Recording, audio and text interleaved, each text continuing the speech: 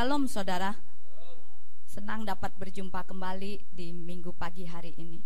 Saudara, biasanya ketika kita akan belajar mengendarai mobil atau motor, pasti terlebih dahulu diberi pelajaran tentang rambu-rambu lalu lintas. Benar nggak? Karena hal ini wajib diketahui oleh pengguna jalan raya, dengan maksud agar dalam mengendarai kendaraan itu bisa teratur dan terkendali. Ternyata rambu-rambu lalu lintas itu, kalau saudara perhatiin, itu banyak sekali macamnya saudara. Malah saking banyaknya rambu-rambu lalu lintas, pasti ada yang tidak kita ketahui apa artinya rambu tersebut. Apa sih gunanya rambu-rambu lalu lintas itu saudara? Agar tidak terjadi tabrakan, agar tidak terjadi kecelakaan. Apa? Supaya teratur. Benar. Rambu-rambu lalu lintas adalah perlengkapan di jalan raya yang berupa apa? Lambang, bisa angka, bisa huruf, bisa berbentuk kalimat, yang fungsinya tentu untuk memberikan sebuah peringatan, sebuah perintah, sebuah larangan, petunjuk bagi pemakai jalan. Nah, dari penjelasan tentang rambu-rambu lalu lintas yang gunanya itu agar manusia tidak terjadi kecelakaan, agar manusia itu selamat sampai tempat tujuan. Begitupun di dalam Bapa Yahweh saudara. Ketika Bapa Yahweh membentuk manusia, Yahweh itu langsung memberi rambu-rambu dengan maksud agar manusia itu tidak melanggar rambu-rambu yang Bapa Yahweh buat. Apa rambu-rambu Bapa Yahweh ketika pembentukan manusia pertama saudara? Rambu-rambunya apa? Kenapa? Dilarang makan buah. Seluruh yang ada di Taman Eden boleh engkau makan, tapi ada satu pohon jangan engkau makan. Nah, pohon itu sebagai rambu, sebagai perboden, sebagai dilarang masuk untuk manusia tidak boleh memakan buah itu. Mari kita minggu pagi hari ini kita akan belajar bersama-sama kebenaran firman Tuhan yang akan saya beri judul dilarang masuk atau perboden. Nah, saudaraku yang terkasih, nah di Bilangan 20 ayat 7 sampai 12 kita buka. Bilangan 20 ayat 7 sampai 12. Di situ diceritakan perjalanan Mose dari tanah Mesir ke tanah perjanjian. Tempat yang dituju sudah di depan mata, saudara. Mungkin hanya tinggal beberapa hari lagi sudah bisa nyebrang masuk ke tanah perjanjian. Perjalanan yang begitu panjang dari Mesir sampai ke tanah Kanaan itu kurang lebih berapa tahun? 40 tahun saudara. Bukan waktu yang pendek. Tapi tidak disangka tanah perjanjian sudah di depan mata. Mose, pemimpin besar bangsa Israel itu dilarang masuk saudara. Loh kok bisa gitu loh. Perjalanan sudah 40 tahun. Tanah perjanjian sudah kelihatan. Dia tidak bisa masuk saudara. Bayangin saudara, jauh-jauh 40 tahun perjalanan, akhirnya dia dilarang masuk. Kok Yahweh tega banget sih? Apa salah Mose? Gitu kan orang seringkali berkata-kata, apa salah Mose? Sudah 40 tahun berjalan di padang gurun. Tanah perjanjian sudah di depan mata, akhirnya tidak bisa masuk saudara. Coba kita baca Bilangan 20 ayat 7 sampai 12. Saudara perhatiin. Dan berfirmanlah Yahweh kepada Mose dengan mengatakan, ambillah tongkat dan kumpulkanlah jemaat itu, engkau dan Harun saudaramu, dan apa saudara? Berbicaralah pada bukit batu itu di depan mata mereka, dan dia akan memberikan air. Dan haruslah engkau membawa kepada mereka air dari bukit batu itu, dan memberi minum jemaat itu serta ternak-ternaknya. Dan Mose mengambil tongkat itu dari hadapan Yahweh seperti yang telah difirmankannya. Dan Mose serta Harun mengumpulkan jemaat itu di depan bukit batu itu, dan dia berkata kepada mereka, perhatikan saudara, dengarkanlah sekarang para pemberontak, haruskah, siapa saudara? Kami mengeluarkan air dari bukit batu ini bagimu? Perhatikan saudara. Dan Mose mengangkat tangannya dan memukul bukit batu itu dengan tongkatnya 2 kali. Dan keluarlah air sangat banyak, dan minumlah seluruh jemaat itu serta ternaknya. Kemudian berfirmanlah Yahweh kepada Mose dan Harun, karena engkau tidak percaya kepadaku untuk menguduskan aku di depan mata Bani Israel, oleh sebab itu engkau tidak akan membawa jemaat ini masuk ke negeri yang telah kuberikan kepada mereka. Kemudian kita baca coba Ulangan 32. Ulangan 32 ayat 48 sampai 52, demikian bunyi firman Tuhan. Pada hari itu juga Yahweh berfirman kepada Mose dengan berkata, naiklah ke gunung Abarim, ke gunung Nebo yang di tanah Moab di seberang Yeriko, dan pandanglah tanah Kanaan yang telah kuberikan kepada Bani Israel sebagai hak milik, dan meninggallah di sana di gunung yang engkau daki, dan berkumpullah kepada umatmu sebagaimana Harun kakakmu telah meninggal di gunung Hor dan dikumpulkan kepada umatnya. Sebab kamu telah bertindak tanpa iman terhadap aku di tengah Bani Israel, di mata air Meriba, di Kades, di padang gurun Sin. Karena kamu tidak menguduskan aku di tengah-tengah Bani Israel, namun engkau boleh melihat negeri itu terbentang di depanmu, tetapi engkau tidak akan masuk ke sana, ke negeri yang aku berikan kepada Bani Israel. Nah saudaraku yang terkasih, setelah kita baca ayat-ayat tadi, ternyata ada penyebabnya. Kenapa Mose dilarang masuk ke negeri yang dijanjikan kepada bangsa Israel?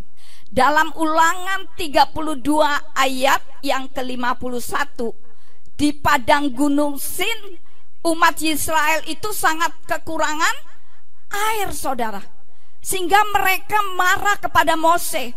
Jadi sepanjang perjalanan dari Mesir sampai ke di padang gurun, Bani Israel itu demonya kepada Musa itu demonya berjilid-jilid, saudara. Bukan sekarang aja demonya berjilid-jilid, saudara. Pada zaman Mose pun Bani Israel itu demonya tuh berjilid-jilid, saudara. Nah Yahweh mendengar hal itu. Kemudian Yahweh memerintahkan kepada Mose untuk menolong bangsa Israel.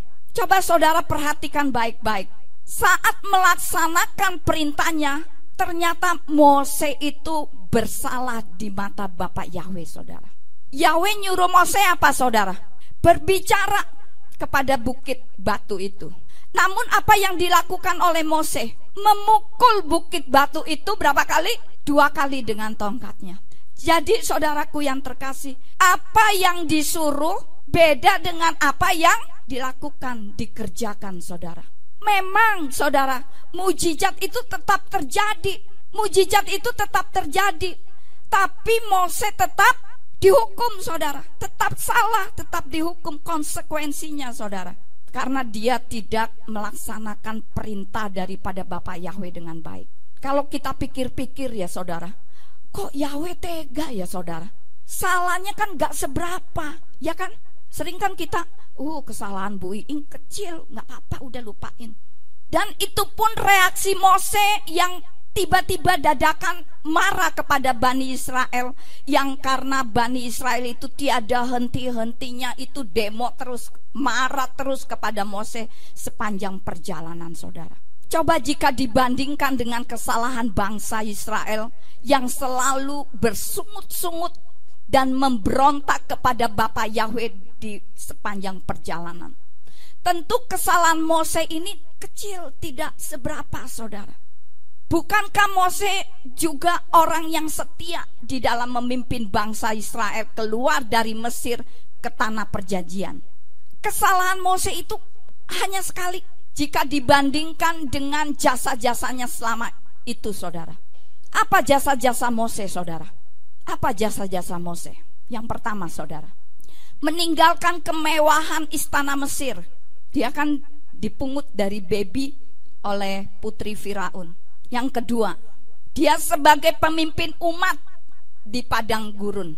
Yang ketiga, saudara, dia sebagai penulis kitab Torah. Yang keempat, dia seorang gembala yang banyak berkorban bagi umat pilihannya di dalam perjalanannya, saudara. Itu jasa-jasa Mose, saudara.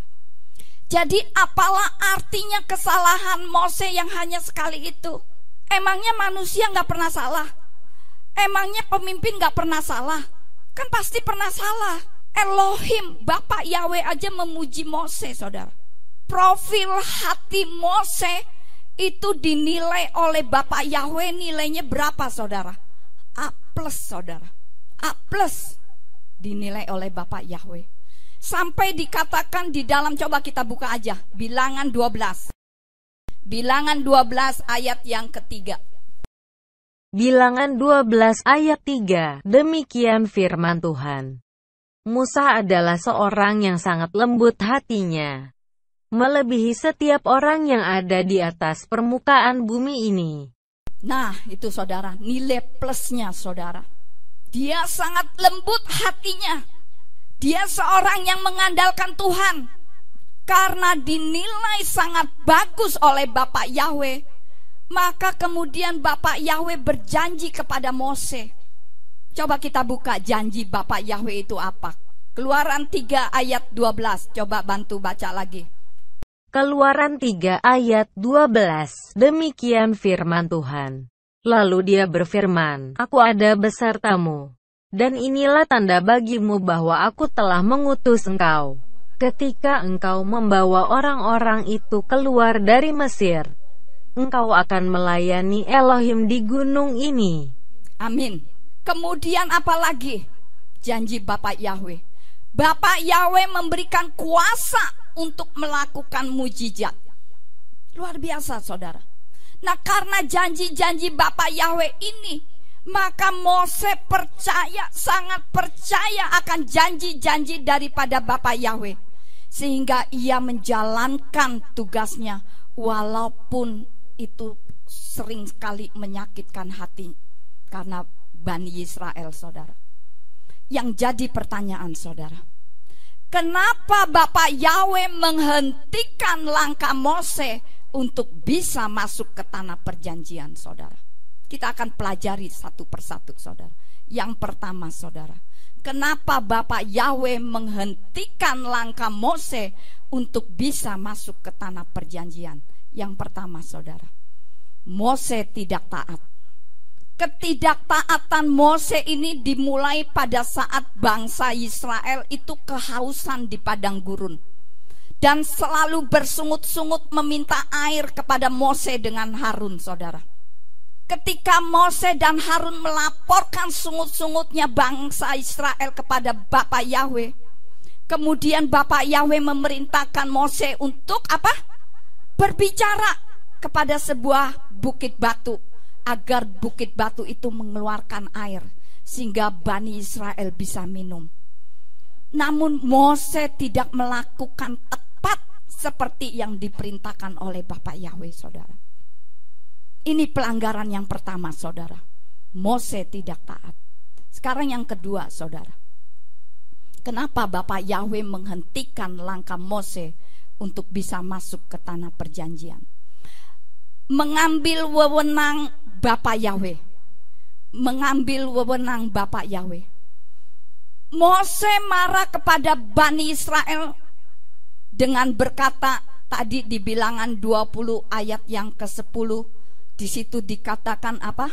Haruskah kami mengeluarkan air dari bukit batu ini bagimu? Haruskah kami? Coba saudara perhatikan ayat ini. Di mana salahnya saudara?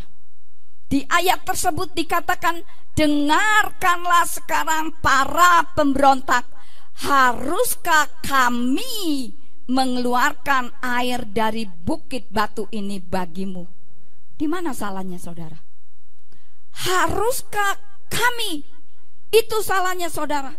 Kenapa bukan dikatakan Yahweh? Nah, ini salah di hadapan Bapak Yahweh saudara. Musa dan Harun telah mengambil alih wewenang Bapak Yahweh.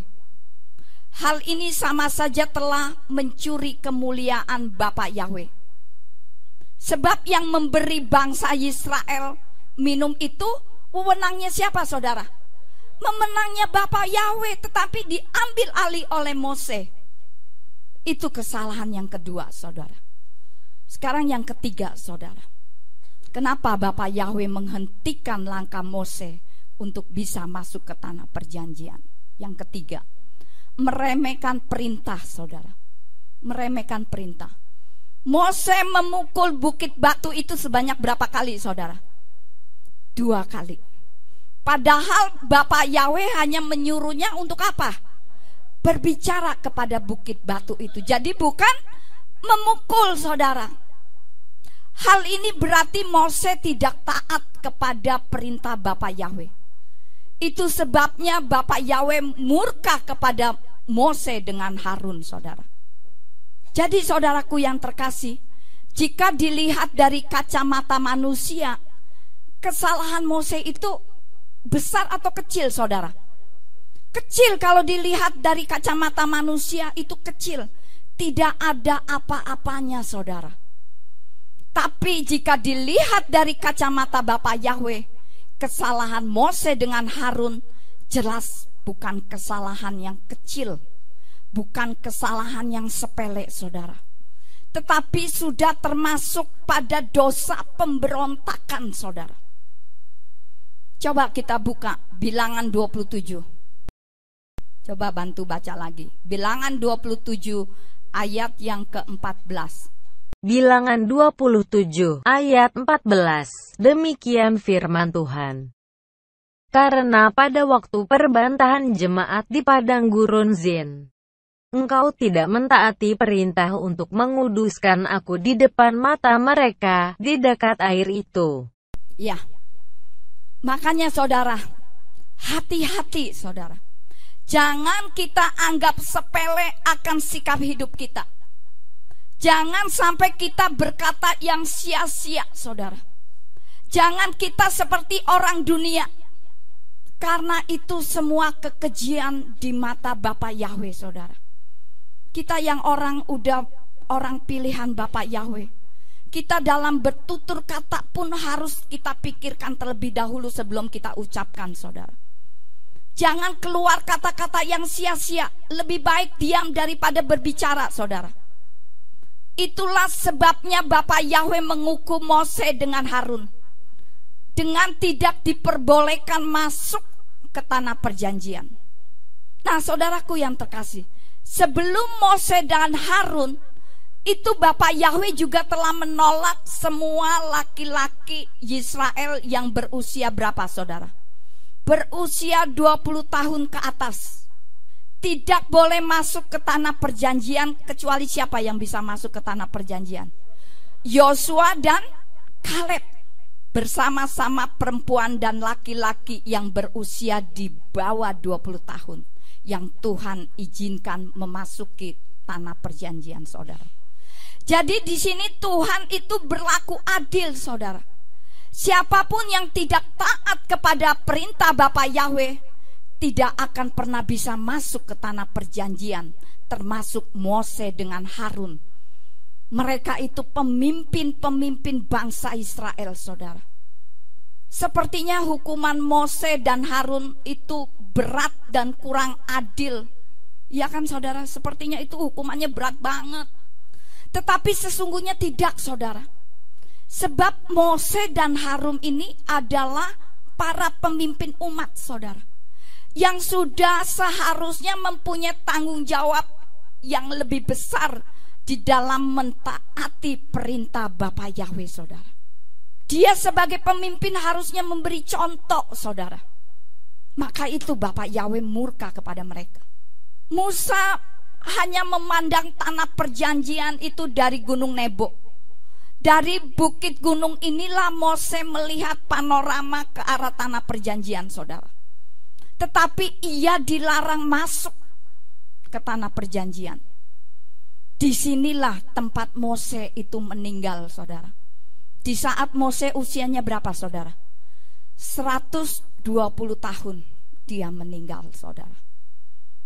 Dikatakan apa ketika dia meninggal? Matanya belum rabun, kekuatannya itu juga belum hilang, saudara. Jadi kalau dipikir-pikir, sayang ya, sosok seorang Mose masih kuat, matanya belum rabun, masih produktif, dia sudah mati, saudara. Namun Elohim tidak menghiraukan hal itu, saudara. Mau menangis, mau meratap, sudah tidak mungkin membatalkan keputusan daripada Elohim, saudara. Paling umat Israel yang meratapi kematian dari pemimpin mereka. Dan Bani Israel itu menangisi jasadnya Mose itu di dataran Moab itu selama berapa hari, saudara? 30 hari lamanya, saudara. Inilah kenyataan dan ketegasan daripada Bapa Yahweh tentang firman-Nya dan kebenarannya, saudara. Bukan soal tega atau tidak tega, saudara. Karena Yahweh tidak akan pernah kompromi sedikit pun dengan kekudusannya, saudara. Karena upah dosa adalah maut, saudara. Merinding, saudara. Nah, saudaraku yang terkasih, dari kisah Mose yang dilarang masuk ke tanah perjanjian, bagaimana dengan kehidupan kita saat ini, saudara? Akankah kita seperti Mose yang dilarang oleh Bapa Yahweh untuk masuk ke tanah perjanjian? Saudaraku yang terkasih, kenapa kita dibawa untuk memperhatikan tentang apa yang sudah terjadi berabad-abad yang lalu terhadap orang Israel yang dilarang masuk ke tanah perjanjian, saudara? Semua hal yang menimpa mereka itu sebagai contoh dan untuk peringatan bagi kehidupan kita saat ini, saudara. Coba kita buka, saudara, 1 Korintus 10. 1 Korintus 10 ayat yang ke-11. Di situ dikatakan apa, saudara? Dan semua contoh ini telah terjadi kepada orang-orang itu dan telah dituliskan sebagai peringatan bagi kita dan bagi siapa akhir zaman telah tiba. Jika saudara berharap masuk ke dalam keselamatan, saudara berharap masuk ke sorga dan tidak akan mengalami seperti Mose dengan bangsa Israel, kecuali saudara tidak percaya kepada Bapa Yahweh. Kehidupan manusia mau tidak mau, suatu saat kan kita pasti apa, saudara? Mati, saudara. Seperti rekan kita telah mendahului kita, yaitu Pak Daniel Boy. Lalu ketika kita mati, kita ada di alam baka. Untuk nantinya kita semua mempertanggungjawabkan hidup kita kepada Bapa Yahweh. Hanya ada 2 tempat yang tersedia bagi roh kita, saudara. Yaitu apa? Sorga dan neraka. Hanya 2 itu, saudara. Suka atau tidak suka, kita harus memikirkannya, saudara. Orang yang paling bodoh adalah orang yang tidak peduli masuk sorga atau masuk neraka. Karena penyesalan kelak di neraka itu sudah tidak ada artinya, saudara. Mau nangis model apapun, kalau saudara sudah di gerbang neraka, sudah tidak bisa minta ampun, saudara. Nah, jangan sampai ketika saudara sudah ada di depan pintu sorga, kemudian di situ ada rambu apa, saudara? Perboden, dilarang masuk. Bagaimana itu, saudara? Serem. Mau kemana lagi kalau kita udah sampai di pintu sorga, ada rambu-rambu dilarang masuk. Mau kemana kalau pintu sorga sudah dilarang masuk? Saudara mau masuk kemana? Neraka, saudara. Neraka, saudara. Itu yang harus saudara pikirkan dari sekarang, saudara. Serem, saudara. Jangan gampang. Siap mati enggak? Siap. Saudara, ada 2 pintu, saudara. Saudara harus koreksi hati kita yang paling dalam, saudara. Coba kita buka Filipi 2 ayat 12. Filipi 2 ayat 12. Demikian firman Tuhan. Maka dari itu, hai kekasihku, sebagaimana kamu telah senantiasa taat, bukan hanya seperti dalam kehadiranku, tapi sekarang lebih jauh lagi dalam kehadiranku. Kerjakanlah keselamatanmu sendiri dengan takut dan gentar. Nah, saudara, firman Tuhan katakan kerjakanlah keselamatanmu sendiri dengan takut dan gentar, saudara. Keadaan zaman sekarang sudah tidak aman, saudara. Pasti secara manusia kita takut, saudara. Pasti secara manusia kita takut, saudara. Dalam kehidupan umat Tuhan di zaman akhir ini, agar tidak terkena rambu dilarang masuk. Rambu-rambu apa yang harus kita ketahui, saudara? Yang pertama, saudara, Torah. Saudaraku yang terkasih, orang Kristen sering tidak bisa membedakan antara Torah dengan Taurat, saudara. Beda-beda tipis, saudara. Torah dengan Taurat itu berbeda, saudara. Taurat itu teori-teori, saudara. Seperti mitzvot, 613 peraturan yang harus dilakukan oleh bangsa Yahudi. Kemudian Kabalah, teori-teori sihir. Kemudian Sohar, teori-teori bagaimana orang Yahudi harus melakukan untuk mentaati aturan-aturan Bapa Yahweh, tetapi dilakukan oleh semau-maunya sendiri, saudara. Kemudian Talmud, saudara. Itu yang dinamakan Taurat, saudara. Nah, kalau Torah itu apa? Torah itu hukum-hukum Elohim yang harus dilakukan sampai akhir zaman, saudara. Misalnya tadi apa? 10 hukum. 10 hukum Tuhan. Ini yang masih berlaku, saudara. Jadi jangan sampai bilang Torah itu sudah tidak berlaku, saudara. Masih tetap berlaku Torah itu, saudara. Itu yang pertama, saudara. Sekarang yang kedua, saudara. Password. Untuk kita jangan sampai terkena rambu-rambu dilarang masuk, kita harus mengetahui password. Wahyu 14 ayat yang pertama. Di situ dikatakan, yang mempunyai nama Bapaknya yang tertulis pada dahi mereka. Ingat password, ingat apa, saudara? Ingat apa? Ingat ATM. Benar nggak? Kalau ingat password itu ingat ATM kalau ngambil uang. Kalau saudara mau ngambil uang melalui ATM, walaupun itu uang saudara sendiri, saudara tidak akan bisa mengambil jika pinnya apa? Passwordnya apa? Salah.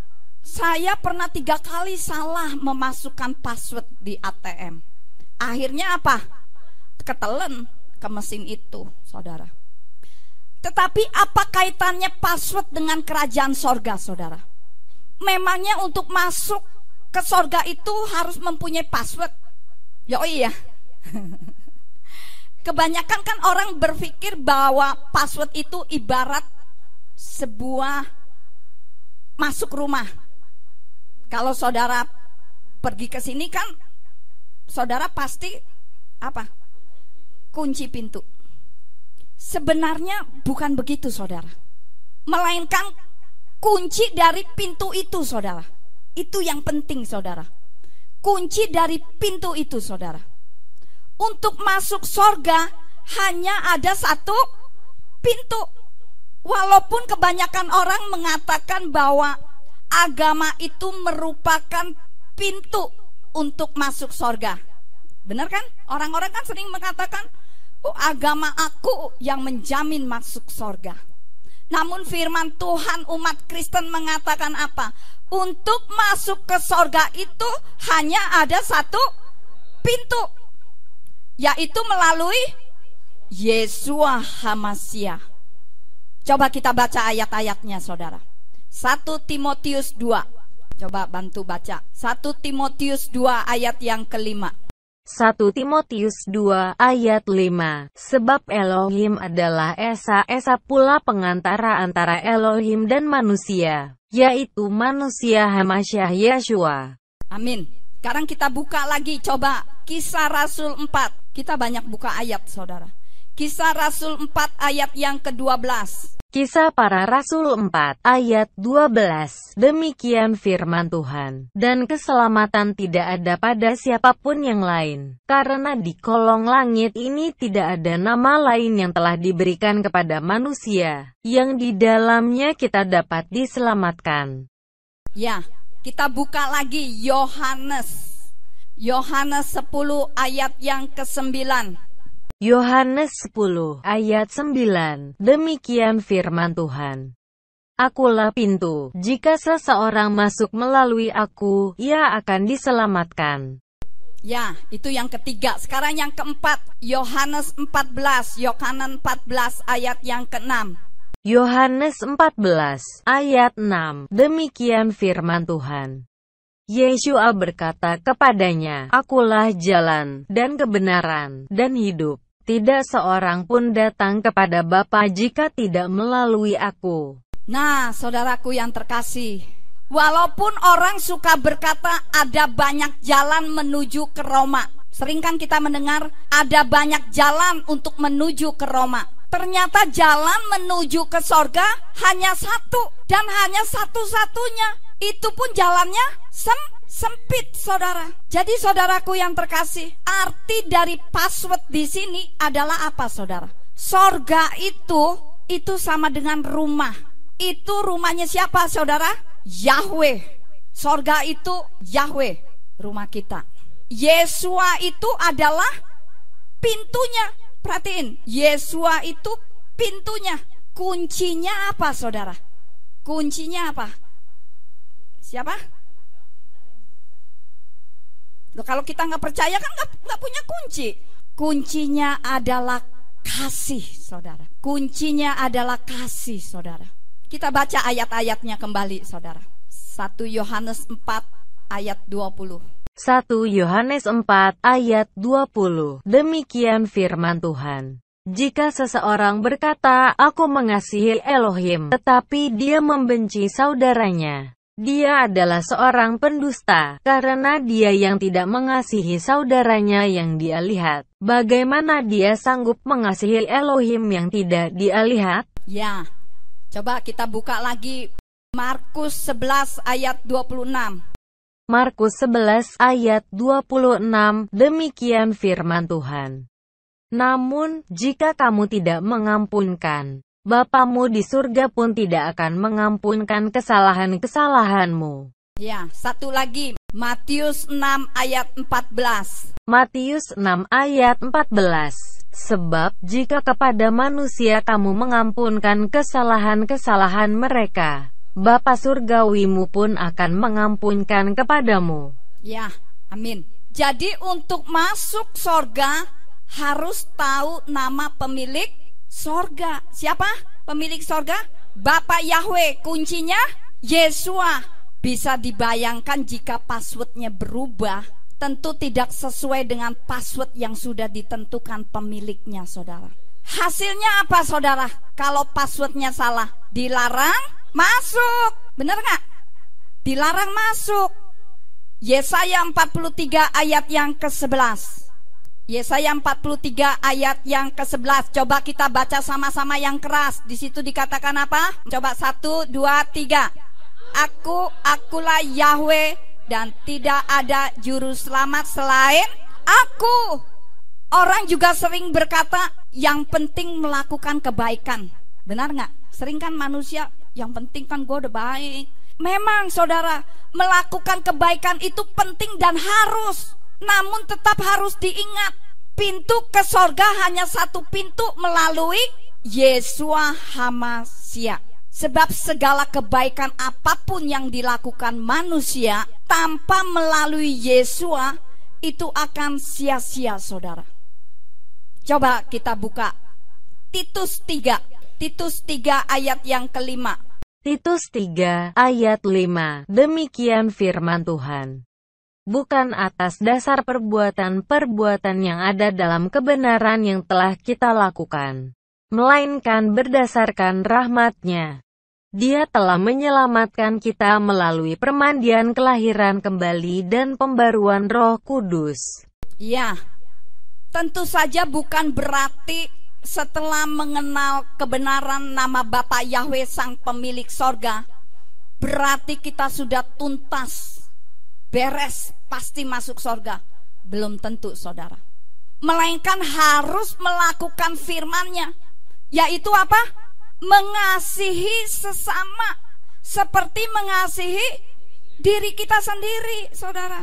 Yesua mengajarkan hal ini, saudara. Coba kita buka lagi ayat-ayatnya, saudara. Matius 22 ayat 37 sampai 40. Matius 22 ayat 37 sampai 40. Demikian firman Tuhan. Ayat 37. Dan Yesua berkata kepadanya, kasihilah Yahweh Elohimmu dengan segenap hatimu dan dengan segenap jiwamu dan dengan segenap akal budimu. Ayat 38. Inilah perintah yang pertama dan yang terbesar. Ayat 39. Dan yang kedua, yang sama dengan itu, kasihilah sesamamu seperti dirimu sendiri. Ayat 40. Pada kedua perintah inilah tergantung seluruh isi Torah dan kitab para nabi. Iya, saudaraku yang terkasih, Mose orang pilihan Bapa Yahweh untuk mengeluarkan bangsa Israel dari mana, saudara? Dari Mesir. Tetapi setelah hampir sampai ke tanah perjanjian, dia dilarang masuk. Orang berpikir kesalahan yang kecil aja kok diributin si Bapa Yahweh. Saudaraku yang terkasih, ini bukan soal kesalahan besar kecil, saudara. Sebab Yahweh sudah beritahu sebelumnya rambu-rambu yang harus Mose kerjakan, yaitu berbicara, bukan memukul. Dan peraturan itu datangnya dari Yahweh sendiri, saudara. Jadi hal ini bukan berarti Bapa Yahweh itu kejam, saudara. Enggak, saudara, Bapa Yahweh enggak kejam. Bapa Yahweh akan murka ketika kita tidak mentaati peraturannya, saudara. Sekarang yang ketiga, saudara, rambu-rambu apa yang harus kita ketahui untuk kita tidak termasuk di dalam dilarang masuk. Yang ketiga, saudara, jangan sebut sesembahan lain, saudara. Jangan sebut sesembahan lain. Kita buka dulu ayatnya, Keluaran 23. Keluaran 23 ayat 13. Keluaran 23 ayat 13. Demikian firman Tuhan. Dan dalam segala hal yang telah kufirmankan kepadamu, haruslah kamu waspada. Dan janganlah kamu menyebut nama ilah-ilah lain. Hal itu janganlah terdengar dari mulutmu. Iya, kalau saya lebih suka bukan ilah-ilah, tetapi sesembahan lain. Itu kayaknya lebih pas. Karena apa, saudara? Karena Bapa Yahweh itu Elohim kita yang cemburu, saudara. Dia cemburunya luar biasa, saudara. Coba ketika saudara punya will atau punya pil ya. Will dan pil ya. Hah? Kan saya ngomong sama saudara sekalian. Jadi pil dan will. Coba pasangan saudara yang asli cemburu enggak? Cemburu banget. Iya. Ada orang yang kalau sudah punya will atau pil itu dicerai, saudara. Jadi saudaraku yang terkasih, jangan banyak berdalil dan cari berbagai alasan untuk mempertahankan nama sesembahan lain, saudara. Jangan, saudara. Disuruh memanggil, disuruh memuliakan nama Bapa Yahweh, malah memuliakan dan memanggil siapa, saudara? Sesembahan yang lain, saudara. Sehingga kita berbuat kesalahan yang sama seperti Mose. yaitu disuruh memanggil, disuruh memuliakan Bapa Yahweh, tetapi prakteknya malah memanggil sesembahan lain, dan bahkan nama Yahweh diapain? Diganti saudara. Nah itu perboden, jadi dilarang masuk nantinya. Ya udah dilarang masuk. Kita buka Hosea 4. Hosea 4 ayat yang ke-6. Hosea 4 ayat 6. Demikian firman Tuhan. Umatku binasa karena kurang pengetahuan, sebab kamu menolak pengetahuan itu. Aku pun menolak kamu menjadi imam bagiku. Sebab kamu melupakan Torah Elohimmu, aku pun akan melupakan anak-anakmu. Ya, Yahweh itu menginginkan namanya diapain? Dimuliakan, disebut, untuk diketahui. Bukan menyebutnya dengan sebutannya saudara. Tapi kenyataannya sekarang umat Tuhan yang sudah mengerti kebenaran tidak lagi, dan banyak yang tidak mau menyerukan, memanggil nama Yahweh. Tetapi justru yang dilakukan perintah Talmud atau Taurat saudara, yang tidak boleh atau melarang menyebut Yahweh, tetapi diganti apa saudara? Adonai, Hashem. Hal ini ada di Talmud saudara, larangan-larangan itu. Nah saudaraku yang terkasih, sekarang bagaimana dengan langkah hidup kita sekarang ini saudara? Awalnya mungkin saudara dipakai oleh Bapa Yahweh secara dahsyat. Mungkin saudara setia di dalam melayani pekerjaan Tuhan. Saudara begitu semangat melayani pekerjaan Tuhan. Tapi bisa saja ketika saudara mendekati tanah perjanjian, saudara tidak lagi setia. Saudara mulai murtad. Banyak kan orang yang seperti itu saudara. Kita kan tidak tahu kapan kita akan mati. Benar gak? Jadi anggap saja hari ini adalah hari terakhir kita hidup saudara. Anggap hari ini adalah hari terakhir kita hidup. Sehingga kita harus selalu siap sedia, seperti kita hari ini mau mati saudara. Apabila hari ini terlewat kita masih hidup, besokannya kita anggap hari itu adalah hari kematian kita. Sehingga kita terus menerus untuk mengoreksi kehidupan kita saudara. Sehingga ketika kita sampai di pintu sorga, jangan ada tulisan dilarang masuk saudara. Itu yang harus saudara pikirkan dari sekarang saudara. Karena kita tidak tahu kapan kita mati saudara. Coba kita buka saudara.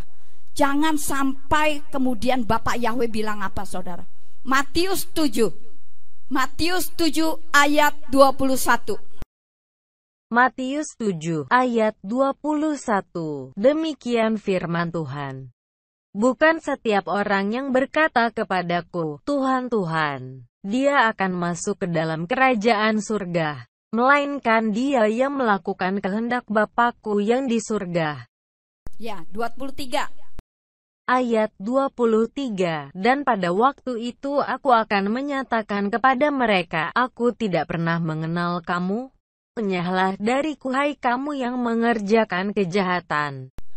Nah saudaraku yang terkasih, kalau saudara tidak memperbaiki, mengkoreksi kehidupan kita dari saat ini, ketika tiba-tiba saudara dipanggil pulang oleh Bapak Yahweh, kemudian saudara ada di depan pintu sorga, Tuhan berkata apa? Nyalah daripadaku, karena kamu mengerjakan kedurhakaan. Jangan sampai saudara, jangan sampai hal ini terjadi di dalam kehidupan saudara dan saya. Tetapi biarlah ketika kita sampai di depan pintu sorga, di situ ada rambu apa saudara? Welcome, selamat datang. Amin saudara, amin.